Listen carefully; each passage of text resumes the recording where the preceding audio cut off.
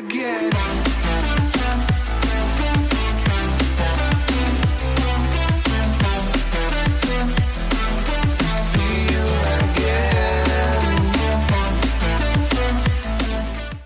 Hey guys, welcome back. I am super excited. Today we are doing a video I've wanted to make for the last year, but I have just been waiting to get more experience under my belt with the 2.5 swap Miata. We are comparing the K24 S2000 to the 2.5 swap MX-5, going over the pros and the cons, reliability, trackability, daily driver ability, and if you guys have any further questions on something I didn't touch on, please feel free to comment and ask. I would love to talk about this. I built both of these cars in my garage, and both of the engines have about 60,000 miles on them, and both of the chassis have fairly similar mileage, around 150. So we are comparing as close as possible for two very different cars to be as similar as possible. So I really hope that this helps if you guys are excited to see what I have to say, and hopefully if you're looking at either one of these cars or both of these cars, it helps you decide what fits your needs better.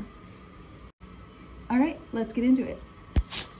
Starting off with the reliability section and the K24 S2000, I really had no mechanical issues with this. The biggest, we'll call it a mechanical issue, is the vibrations that this engine gives back off bolts and back off the oil filter. So you need to watch out for fires from your oil filter backing off, and you got to watch for parts falling off, because this will back out bolts from the front end of your car to the furthest thing back. So the backing off of bolts with this is no joke.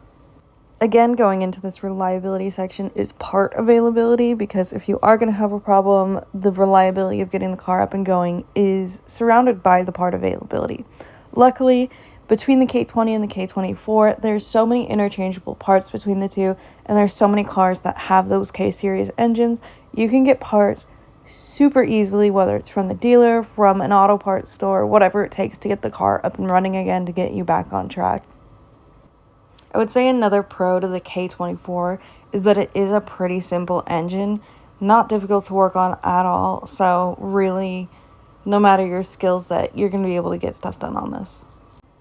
I will say, even doing the K-swap by myself as cheaply as possible in the garage, it's still about 5 times more expensive on the cheapest way I could have possibly done it than the 2.5 swap Miata.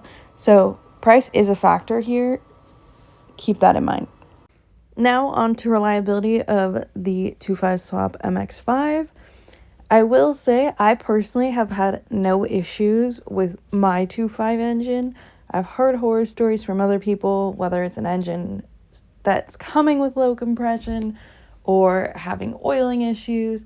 I've heard more issues with these, so overall I'm going to say they are a less reliable engine, but my personal experience has been extremely positive, and I have had little to no issues with my 2.5. Similar to the K-series, this engine is in a lot of cars, so your part availability is also really good. Parts are really cheap because it's a Ford Mazda product. It's not as simple as the K to work on, so that's a little bit of a downside. This engine is stuffed really far back. To be fair, the K is stuffed pretty far back, but the design of the NC chassis just blocks the back of the engine a little more. So overall, I would say it's less easy to work on, but still is a fairly simple engine overall. And with cost being an important factor, once again, this swap is literally 5 times less than the cheapest way I could have swapped my K-swap S2000. So keep that in mind. Moving on to, is it a good daily driver? The K24 S2000 is our first victim. I'll be honest, this thing isn't the roomiest, and it only has one cup holder. It's very driver oriented. So if you ever want to take somebody else, it's not the most comfortable car to take. It's a little loud, but less loud than my personal 2.5 swap. So, you know, your pros and your cons there. This thing does vibrate a ton, though, with the swap. So that's another factor if you're going to be in it all the time, right?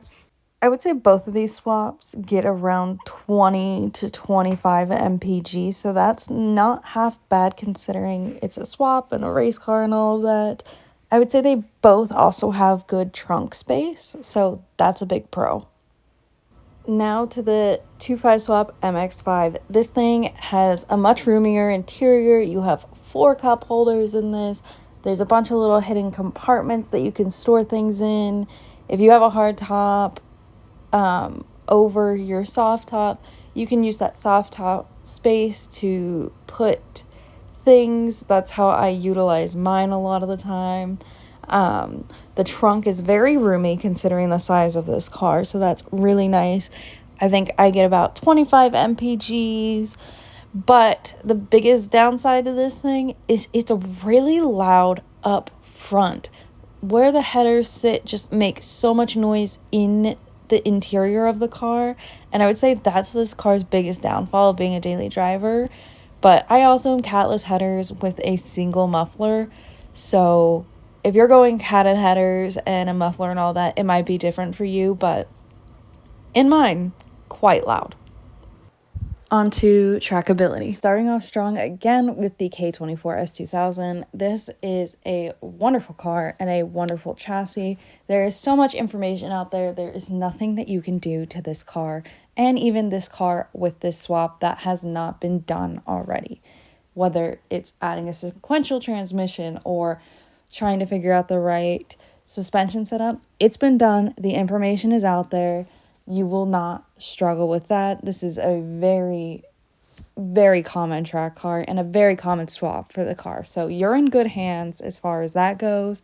The downsides to this chassis is that it's known to be sensitive and snappy, and it's heavier than the Miata, but you also have so much more information. Overall, I would say this is a great track car. I mean, you have the reliability, you have the information factor. The biggest downside is, again, just that it's a sensitive chassis, but some people really like that and some people don't.